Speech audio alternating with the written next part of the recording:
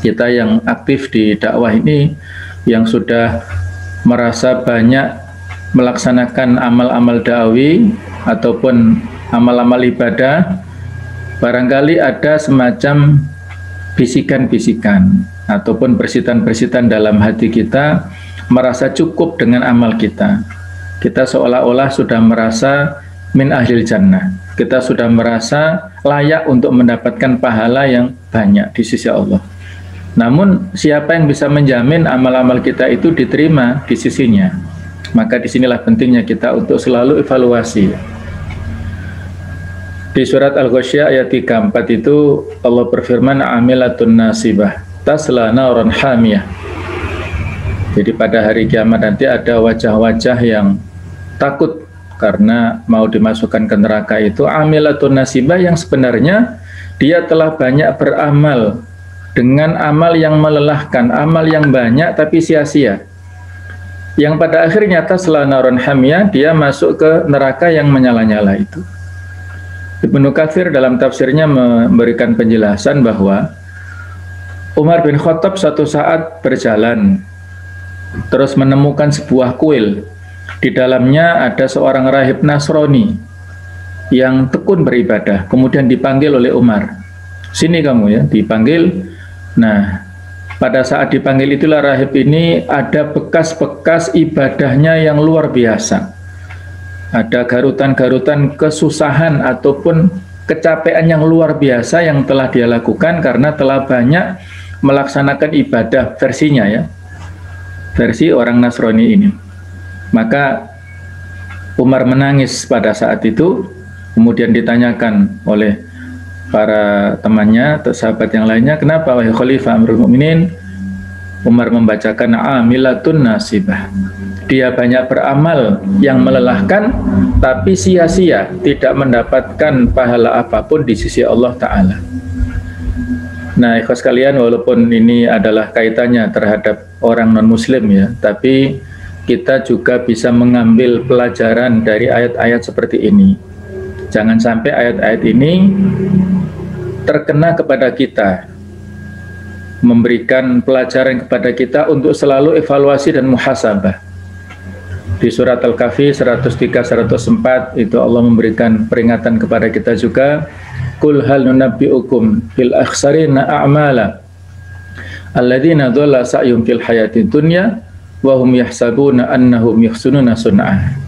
Insyaallah nafham jami'an hadil ayah ya, kita sangat paham. Ayat ini memang sekali lagi tujuannya adalah peringatan kepada orang-orang kafir kepada ayat-ayat Allah itu, tapi juga tidak menutup kemungkinan kita terkena sindiran ataupun peringatan terhadap ayat-ayat seperti ini. Juga di surat Al-Furqan ayat 23 itu Allah berfirman, wa qadimna ila ma amilu faja'alnahu haba'an manthura. Kami perlihatkan terhadap apa-apa yang sudah mereka lakukan, maka kami jadikan semua amalannya itu haba'an manthura, seperti debu-debu yang berterbangan. Subhanallah ya. Ini peringatan untuk kita semuanya. Para aktivis ini kita merasa sudah banyak bekerja, berusaha, sudah ngisi halakoh ke sana ke sini, sudah ngisi tauji ke sana sini, sudah ceramah ke sana sini, sudah menyampaikan dakwah ke sana sini, sudah beribadah mahdhah, amal yauminya sudah penuh. Semuanya itu sia-sia. Ini peringatan yang harus kita terus sadari dalam diri kita, sebagaimana kisah 3 orang yang nantinya di hari kiamat diadili oleh Allah Ta'ala. Hadisnya banyak, riwayat Muslim diantaranya. Ada orang yang syahid, ada orang yang qari'ul Quran atau alim, ada orang yang jawad, yang banyak mendermakan hartanya. 3 orang ini hanya representasi saja dari sekian banyak profesi kebaikan. Orang yang mati syahid itu luar biasa. Sebuah amal yang sangat dirindukan oleh setiap kita. Bahkan di antara syiar kita, al-mautu fi sabilillah asma amanina. Tapi karena dia, walakin qatal taliyaqala annaka jari, kamu berperang itu supaya mendapatkan predikat sebagai pemberani, sebagai pahlawan, maka amalannya tertolak, amalannya sia-sia dan diseret wajahnya, dimasukkan ke neraka. Yang kedua juga demikian, mendapatkan ilmu yang banyak, dia juga qari'ul Quran, dipanggil ustadz, dipanggil kiai, dipanggil mubalik oleh orang-orang, oleh para jamaahnya, ternyata itu semua adalah liyuqala annaka qari' atau liyuqala annaka alim, supaya ingin mendapatkan predikat-predikat, citra-citra yang positif di hadapan manusia, maka itu pun juga menjadi sia-sia. Kemudian dia juga amalan atau yang ketiga, orang itu diadili karena dia banyak menginfakkan hartanya, tidak ada satu pintu kebaikan, peluang pahala untuk infak kecuali dia berikan. Infak sedekah ke pesantren, ke mushola, ke masjid, kemanapun dia infakkan. Tetapi liyaqala annaka jawad, supaya ingin mendapatkan predikat dari manusia sebagai seorang donatur terbesar, sebagai seorang dermawan, seorang yang sangat loman misalnya, dan lain-lainnya. Waqad qila, dan semuanya itu sudah diberikan label-label itu oleh sesama manusia.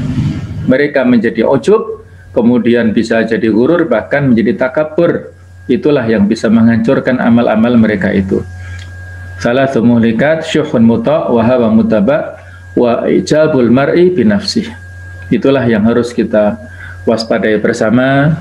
Kemudian kita sudah berusaha semaksimal mungkin melaksanakan amal-amal itu, maka iman, kalau kita tidak jaga niatnya, kita tidak jaga kesohihan dalam hal operasional ataupun pelaksanaannya, ya, sesuai dengan dua syarat diterimanya amal ibadah kita, yaitu ikhlasun niyah wa muwafaqatus syar'i. Faman kana yarju liqa rabbih falyamal amalan shalihan wa la yusyrik bi ibadati rabbih ahada.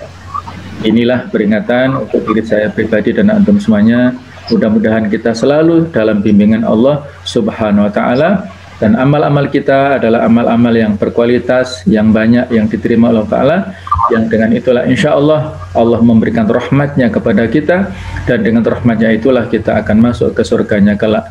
Amin ya rabbal alamin. Demikian kurang lebihnya, mohon maaf. Allahumma fiq al-aqwamit thariq wal hadi ila sawa'is sabil. Wassalamualaikum warahmatullahi wabarakatuh.